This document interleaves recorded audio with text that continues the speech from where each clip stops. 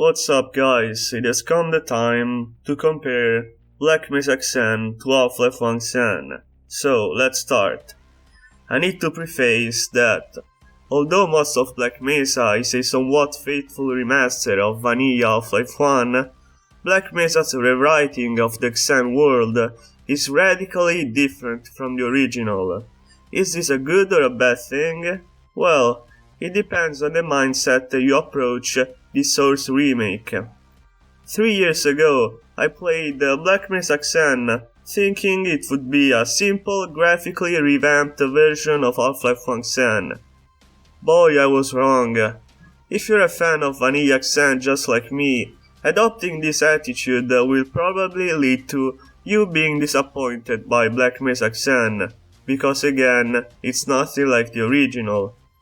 In fact, it's way more puzzly, way more platformish, but as most of you know, it's way freaking longer. If Half-Life 1 Xen can last 2 hours max for the average gamer, Black Mesa Xen instead, well, I guess it can take around 6 to 7 hours to complete on your first playthrough. The length of these final chapters prove how much effort the Crowbar Collective has put into the border world, Xen.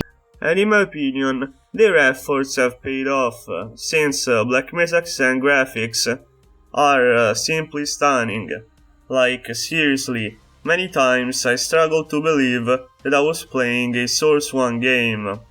Black Mesa Xen feels as lively as ever with all the new texture, assets and enemies. Nevertheless, many OG Half-Life fans hold some gripes against Black Mesa Xen, usually revolving around Xen dragging on for way too long and the puzzles being too tedious and numerous, which is fair. I felt the same way after my first playthrough and was dreading to replay it for this video. To make this video, I replayed the Black Mesa Xen twice, and you know what? I originally really wanted to make a video where I hated on Black Mesa Xen. But after approaching it with a more open mindset, I just can't. Black Mesa Xen is a great adventure through an alien world ready to be explored, but it surely has its flaws, much like vanilla Half-Life was not perfect as well. It's kind of paradoxical how, while the Xen remake major weakness is represented by its drawn-out length, vanilla Xen weak points revolve around its rushed development, which in turn led to some sections lacking in narrative and graphical details, or certain parts not being fleshed out at all, like the Xen chapter, which is made by just a bunch of floating platform and a weird spherical island that looks like the Death Egg. Apparently, according to Half-Life writer Mark Laidlaw, Xen was added as a last-minute option to give the player a boss to fight, and Valve was also entertaining the vague idea of Gordon fighting the Nihilanth in either a living alien organism or in a far and outwardly place, such as Xen. Even the storytelling department is quite shallow in vanilla Xen, and as much as I enjoy the vagueness and mysteriousness of it all, some of the interaction with your surroundings still feel misleading, like with the peaceful vortigons in the Interloper factory. Mark Laidlaw acknowledged this and in fact stated how Half-Life 1 Xen does not offer a proper sense of closure. With this lengthy introduction being said, let's hop into each Black Mesa chapter and make some comparison whenever it's possible, since the two games are very different. I will rate the two versions of every Xen level to declare the final winner at the end of the video. So, Xen. Before landing in Xen, Crowbar Collective decided to insert a very brief cutscene showing the Nihilanth face.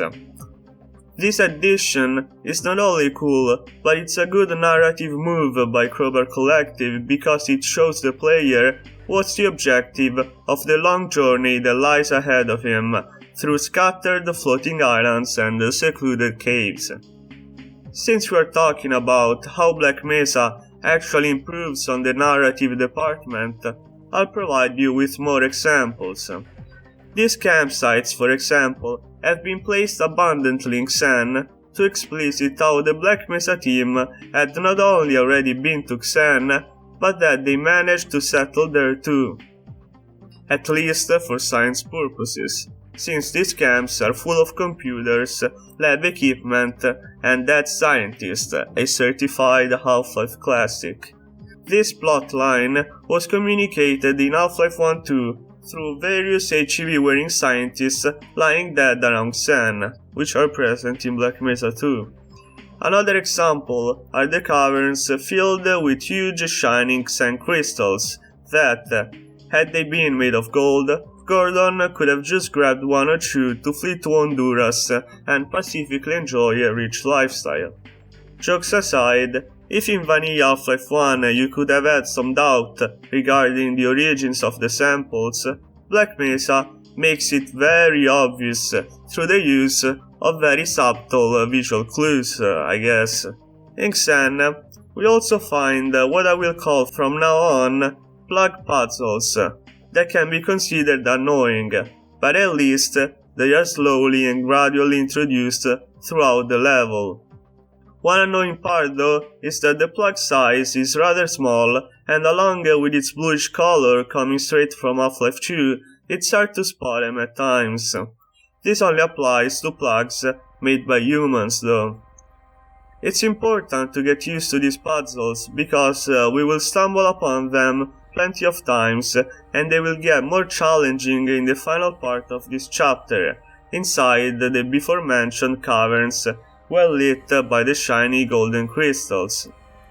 Here, the 3 puzzles to activate the alien teleport do pose a mental challenge, but if you possess a functioning brain, solving them is not too hard. It's also a nice change of pace to enter a secluded cavern made of claustrophobic tunnels after all the platforming on floaty, flimsy islands hanging over the void. The best out of the 3 plugging and crystal puzzles is definitely the second one, where the abundance of explosive plants are a constant reminder that a slight fuck-up will lead to certain death. Activate the 3 generators by completing said puzzles, and after all the hard work you can finally chill out and admire the special effects that the alien teleportation technology has to offer. Compared to the Half-Life 1 teleporting Xen, this section is surely more spectacular. Although Half-Life 1 enigmatic functioning of the teleport, with those triangular-shaped butterflies flying over the open fungi, was quite an awe-inspiring moment for me. Something that has been maintained is the contrast between the wide and open exterior of the floating Xen world and the secluded areas of the caverns, which I like. But let's go back to the amazing job executed by Crowbar Collective in the world building department. Xen looks indeed gorgeous, way more than the desolate and arid landscape of the Vanilla one. One criticism I can make is that perhaps its ecosystem is a bit too rich, to the point that sometimes you might think Gordon was teleported to Amazonia to end the ruthless deforestation and save humanity from global warming. However, the bareness of the Interloper chapter makes up for it, the latter being full of bizarre alien machinery which might have played a role in the disappearance of all the vibrant flora present in Xen. Xen in Black Mesa looks so beautiful that at times it makes you feel bad when you're forced to slay the alien creatures that inhabits it. It's like Gordon is breaking the natural balance of this vibrant world pulsating with life. While bull squids and death crabs running around the artificial grounds of Black Mesa did feel out of place, here these creatures become one with the environment. In fact, the bull squids especially managed to seamlessly camouflage itself with the grassy and swampy grounds of its natural habitat. All these aspects make this world feel believable and interesting to explore. Some parts of the environments are corrupted by a weird organic force that Gordon Freeman, now turned into an environmental hero comparable to Greta Thunberg, needs to extirpate in order to progress. Being able to platform on these huge leaves, now brimming with life thanks to your actions, couldn't be more satisfying. Other sections showcasing the great work done by Crobble Collective on a visual level are definitely the huge pools filled with healing water. Their color is a bright teal, which is so intense you would think it's toxic coolant. If I were Gordon, I would chill here forever, chain smoking blunts. The waterfall areas look stunning as well, and here we can find a small simple puzzle where you have to press down these Xen crystals that look like the World Cup to me to activate a portal. This represents a good level design because it's an introduction to a very similar puzzle the player will need to solve to awake the Gonarch. Let's stop to remind the viewers that neither the World Cup puzzles nor the plugin puzzles are anywhere to be found in the original Xen. But my favorite part that unites great graphics with cool gameplay is this one. Here, the weirdly shaped and branching terrain extending onto the horizon, with the beautiful Xen skybox in the background, is truly awe-inspiring. Gameplay-wise, it adds a sense of tension and rush to an overall very calm and relaxed exploration of this alien world. In fact, you gotta shoot all these exploding and common Houndice before they get close to you, to avoid becoming one with the skybox, which, as poetic as it might sound, is not recommendable.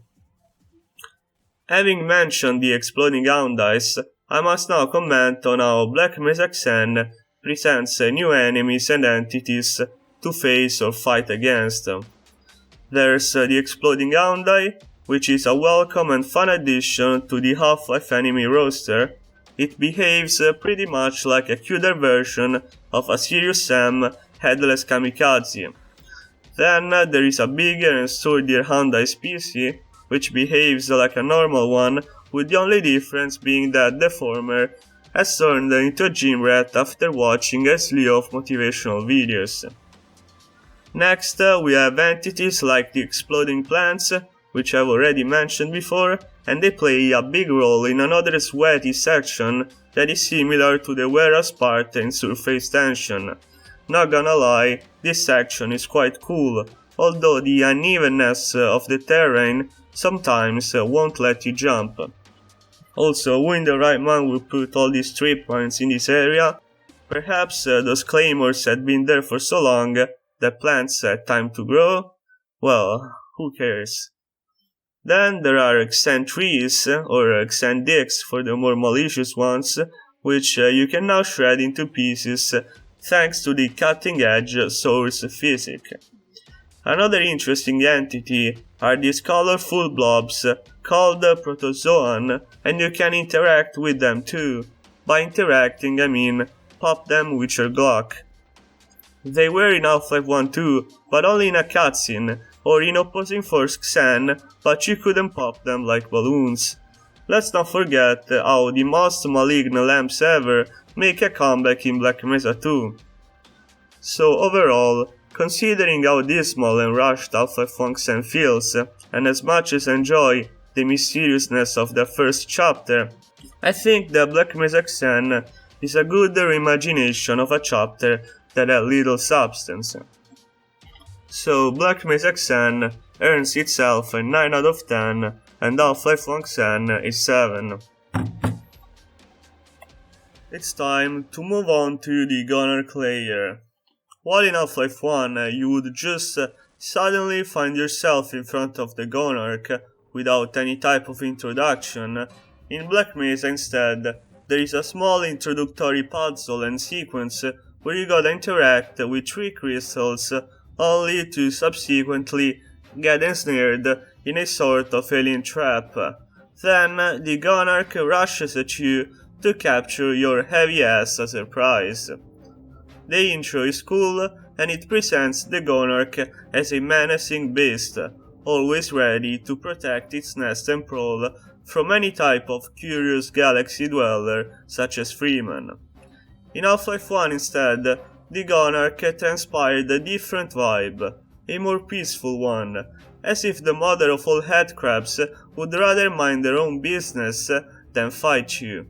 Perhaps she just wants to relax after all the caring she had to take for her brood, by staring at the suggestive Xen skybox. However, this time she got another baby to take care of, a more armed and dangerous one. Makes sense for Black Mesa Gonarch to be introduced as an aggressive beast, because it is indeed way more bloodthirsty than the Half-Life 1 one. In Black Mesa, her menacing traits consist in running much faster than in Half-Life 1, throwing a wider and deadlier variety of attacks that mostly consist in speeding and mucus or cum, and these spits are kinda hard to dodge. His melee attacks are the deadliest though, and I believe they have a further reach than in vanilla Half-Life, so you really need to watch out while fighting her, cause speaking for myself, I shamefully died a lot of times. Gordon Freeman. It really is you, isn't it? I found him wandering around. In my opinion, this boss in Black Mesa is not only stronger, but also tankier. I swear, I must have shot 15 rockets at her and 20 supercharged tall beams and she was still standing. Hell, there is even a video on YouTube showing the Gonarch ravaging 20 armored units with no issue whatsoever.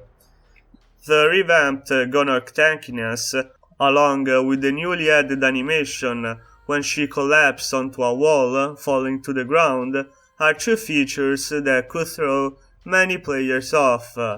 Since she tanks so many hits from her weapons, you might think she's vulnerable only when she's down on her knees, and thus you think you might have to play the corrida with her, just like they do in Spain. Instead, you just need to repeatedly gun her down, much like in Half-Life 1. Also, I think that the Gonarch hit collision might be a bit bigger than it looks.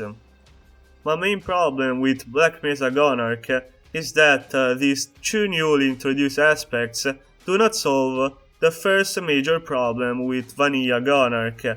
In fact, I believe it only made it worse. The issue is the player not knowing if he needs to shoot at the Gonarch or solve small puzzles like they did back in Blast Pit with the tentacles or with the Gargantua in Power Up.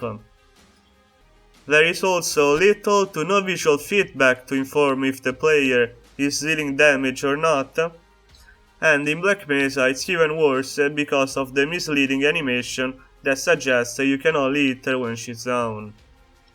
Putting these complaints aside, this level graphic design is fantastic, just as stellar as the first Xen chapter. The caves are just gorgeous, and I really like how this chapter alternates water areas with fire areas. The special effects of the fire burning the webs looks neat and highlights the spidery nature of the Gonarch, while the caves filled with water are visually splendid with impressive lighting and color palette. These areas introduce a new welcome type of enemy, the underwater barnacles, and well, instead of pulling you up, it drags you down like the cut sand barnacle Half-Life 2 should have included. In fact, I cannot believe Crowbar Collective introduced these new water hazards as a tribute to the sandy Unseen variant. These water barnacles also look like seaweed, and I guess they act as decorations too. These seafloors would have looked empty otherwise. Another highlight is when you have to raise the water levels by blowing up the explosive plants to make the rocks on the ceiling collapse, causing irremediable damage to the Xen ecosystem, something that the WWF would definitely not approve. And this part kinda reminds me of aquarium towers from Spyro 1. In Half-Life 1, aside from one Nihilanth room, there aren't really any water areas to explore. In other exploration sections, the Gonarch is either chasing you, or you can hear and see him in your proximity, posing a constant menace to Gordon's life. We can certainly say that Black Mesa Big Mama is way more anxiety-inducing than the original, given the inclusion of the tense atmosphere and the chase sections too, where the Gonarch violently shakes her thick body as she tries to catch on to Gordon like the HCCU wanted to. Of course, none of these exploration sections are to be found in vanilla Half-Life 1, with a minor exception. These parts are quite cinematical too, but I can't help but feel that they are heavily scripted, thus stripping away the liberty from the player, and freedom is something Half-Life 1 is known and loved for. Taking the wrong path or being slightly too slow results in certain death, which is a bit of a bummer because some of these sections are beautiful to look at.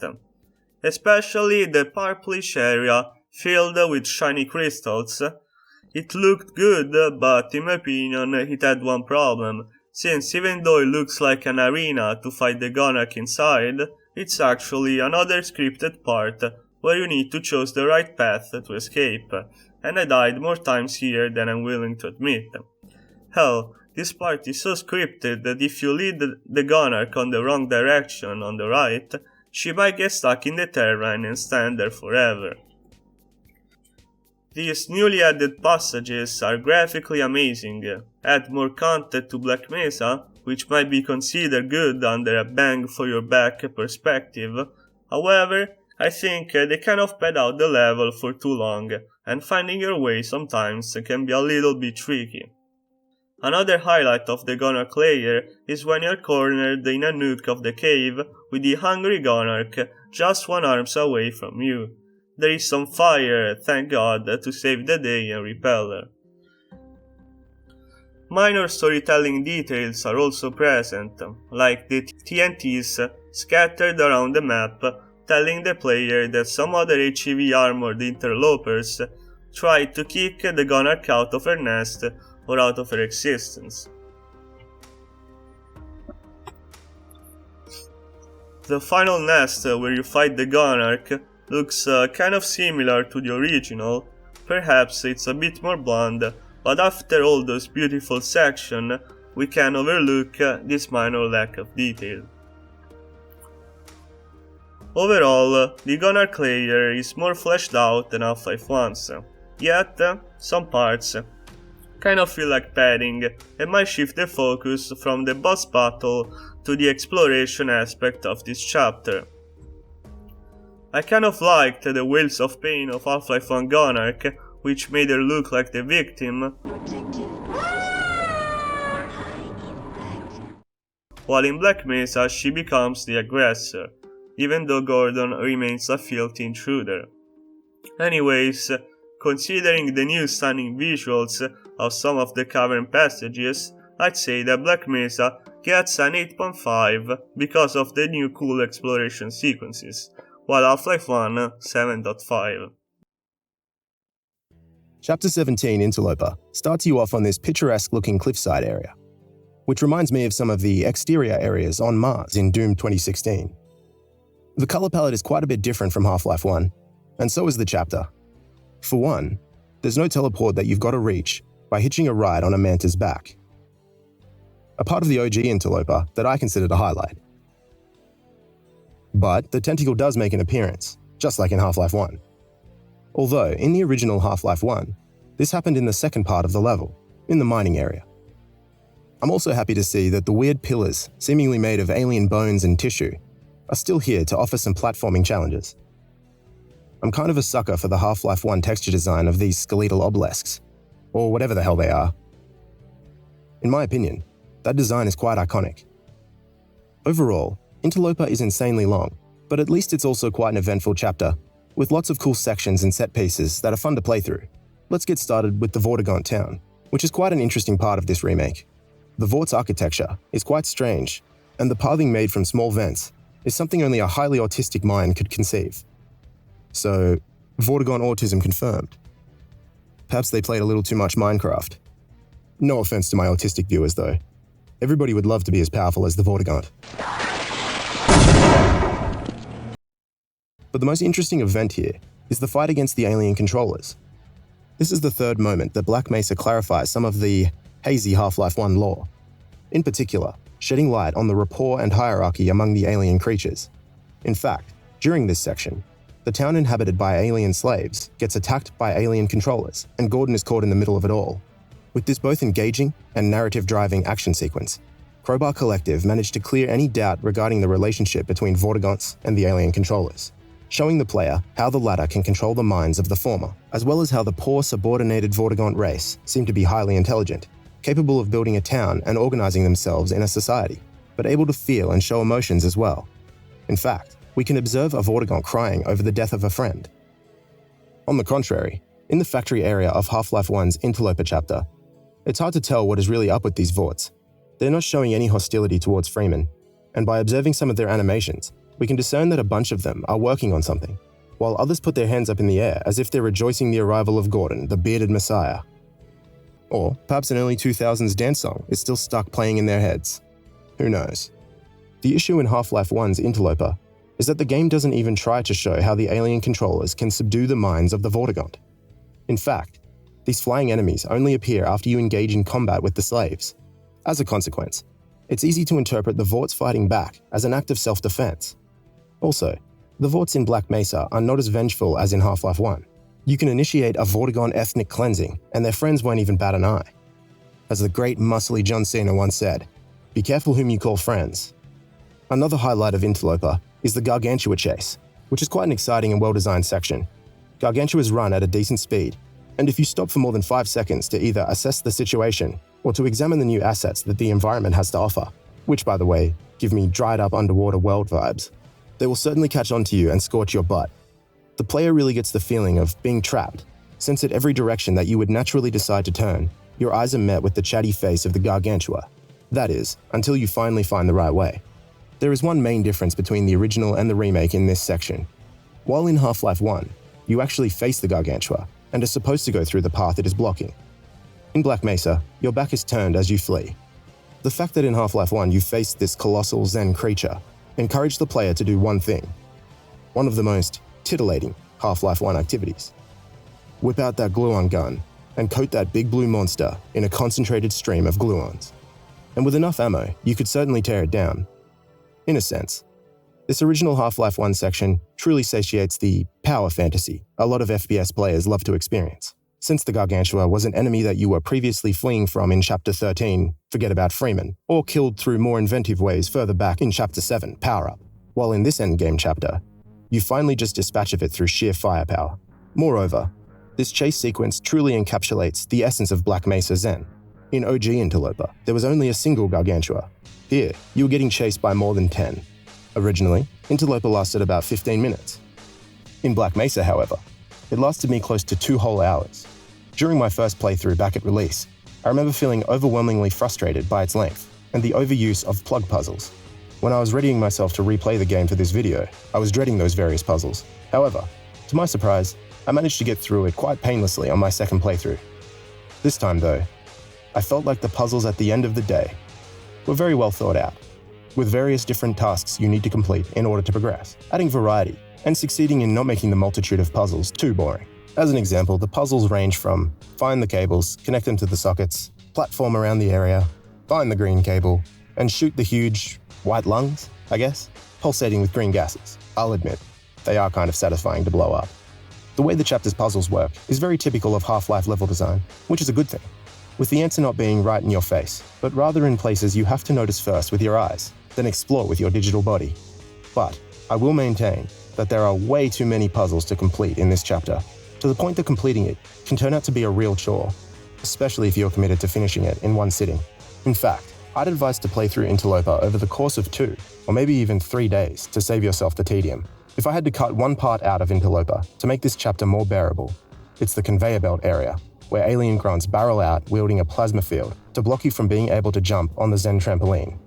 This section really has nothing new to offer the player, in both visuals or gameplay. You already had to fight a harsh battle on those conveyor belts, and combat-wise, it's just more alien controllers to dispatch, and the 3 different rooms you fight them in are quite small, limiting your ability to avoid the huge-ass boulders the alien controllers throw at you. It's quite a challenge. Well, I guess there is a new enemy to fight, which is the unarmored and unarmed alien grunts, who charge at you with their oily, roided-up bodies. As far as the puzzles are concerned, you are still just doing what you've been doing for the past 6 hours. Follow a lead. This time it's an artery. Before it was cables or pipes full of mucus. Destroy the blood clot, and now the force field is deactivated and you are able to progress. Yay. The laser part is kinda cool though, and swimming in blood is edgy as hell. I think that both the arteries and the gassy green lungs are a reference to how Valve wanted the last levels of Half-Life to take place in a strange alien organism. However, these 2 interesting details won't make up for how tedious this section is, which feels like a bottomless pit, falling from great heights and having to climb back up to do it all over again. If you are having a bad day, the tedium will get to you for sure, and your monitor will run the risk of being punched. Another monotonous aspect of Interloper is the environment. In fact, after the Gargantua chase ends, you'll be stuck for the next couple of hours in the same dull, dark, and brownish atmosphere that gets old very fast. Sure, there is a dark and brown colored section in Half-Life 1's Interloper 2, but after a bit, it changes again. So yeah, the atmosphere here is kind of dull, but I believe that it somewhat pays homage to the colors of the Nihilanth rooms, which are absent in Black Mesa. Also, what's up with these water slides and air vents that suck you in? Is CC a fan of the Sonic franchise? This sequence gives me final stage vibes from Sonic 3. They are almost unseen in Half-Life 1 vanilla. Seeing as how we just made mention to the mascot of one of the best platforming games ever, that is a perfect segue into Black Mesa's Interloper platforming. I found it to be well executed and entertaining. Some of the jumps are just challenging enough, and it's cool to hop from one piece of alien technology to another. I also appreciate how, just like in the original Half-Life 1 factory room, where you jump twice on the same strange alien elevator to progress into the level, in Black Mesa, you've got to use the Vortigaunt's architecture to your advantage, and some jumps are quite difficult and tight. In my opinion, the platforming could even be considered more plentiful and harder than in Half-Life 1, like the jump on the Grunt Barrel's packaging machine. It's quite tough to perform and figure out. The sections where you've got to avoid the lasers are fine, I guess, although the challenge is a bit too arcadey for a Half-Life game. Also, these very technologically intricate lasers can be reminiscent of Combine technology, which is kind of out of place for a Half-Life 1 remake. The elevator section is quite enjoyable. It's heavy on combat, and thank God, light on puzzles. The only puzzle you'll have to solve is spraying your gluon gun on small generators made of crystals to make alien controllers vulnerable. In a way, Black Mesa is preparing the player for the final boss fight, where 3 generators and 3 crystals must be shattered in order to save the day. The elevator sequence's arena is wider than the 3 rooms of the conveyor belt, and fighting the alien controllers, mixed with the alien grunts, is a bit more fun. Although enemy variety is kind of lacking here, at least Half-Life 1 Vanilla had more Vortigaunts to fight. Overall, Xen Interloper is a well-crafted experience, with engaging set pieces, good platforming, and varied puzzles, but it just drags on and on and on. And the atmosphere stays the same throughout most of the chapter, so I give it a 7. Interloper from Half-Life 1 is my favorite Xen level, with its 3 unique primary areas: the floating island, the mines, and the factory. This OG chapter unites challenging combat with thoughtful platforming. It's much shorter and easier to navigate through. In my opinion, the only thing lacking is conveying important aspects of the plot clearly. I give Half-Life 1's Interloper chapter an 8 out of 10. Finally, we have arrived to the final fight against Nihilanth.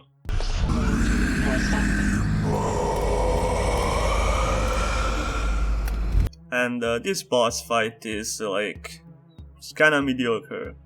The final boss can for sure throw a wide variety of attacks, from pulse waves to beams to throwing cars and objects at full force towards you.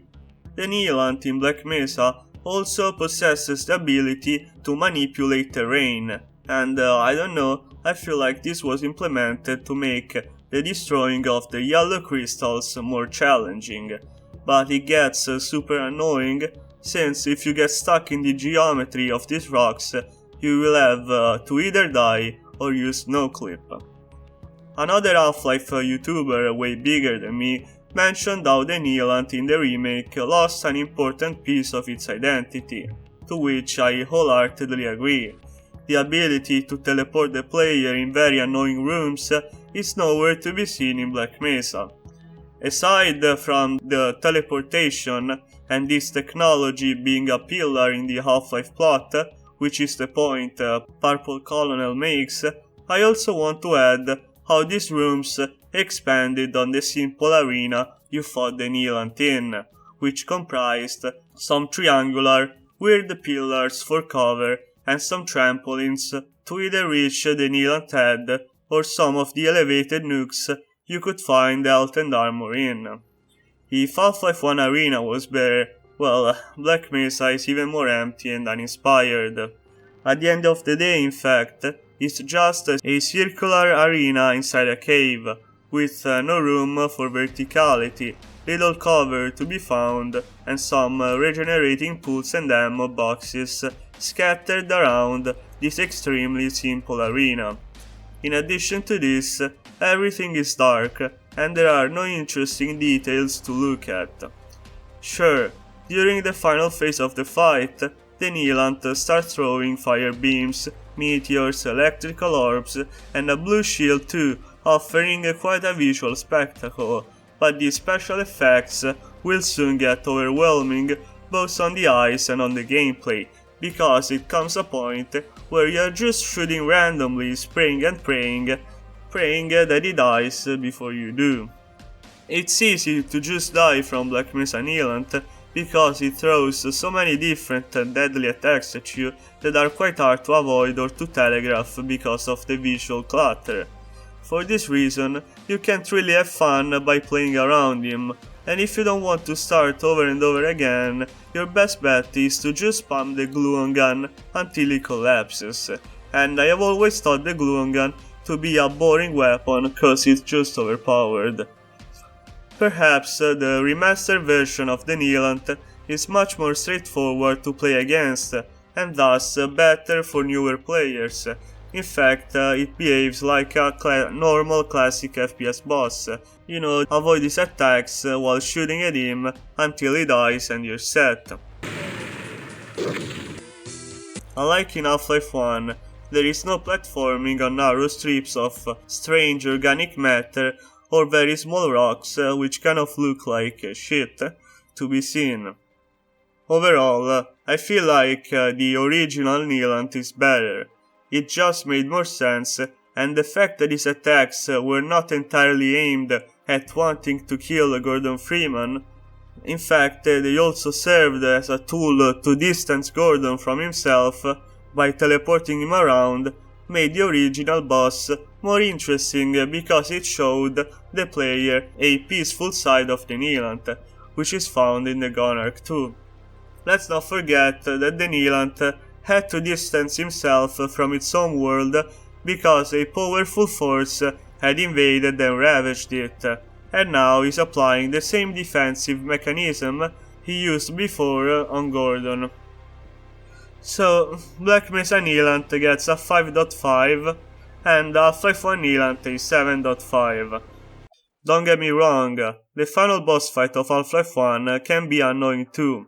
Similarly to the Gonarch, you don't really know what you're supposed to do after you have shot the 3 crystals.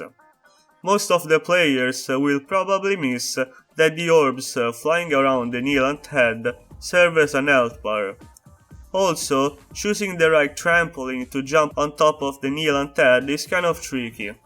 I do like that Black Mesa Nihilanth head, though once opened, shows Xen crystals that you gotta shatter. So after this lengthy video, we have come to the conclusion. So let's recap on the ratings to declare which one wins. So let's count exam points. I've always been bad at math. Let's see. So an 8, 9, then 5.5. Okay, I guess Half-Life 1 scores 30 points. Now on to Black Mesa. 7 plus 7, add those 2.5. We got an 8 and wow, it's a tie. What the hell? Black Mesa scored 30 as well. I mean, it's actually incredible that it came out as a tie, because I swear I was not planning to give a score to each chapter, but I really wanted to say that they both are valid, and they both stand on equal grounds regarding the enjoyability of the Xen levels. So boys, if you found the video enjoyable,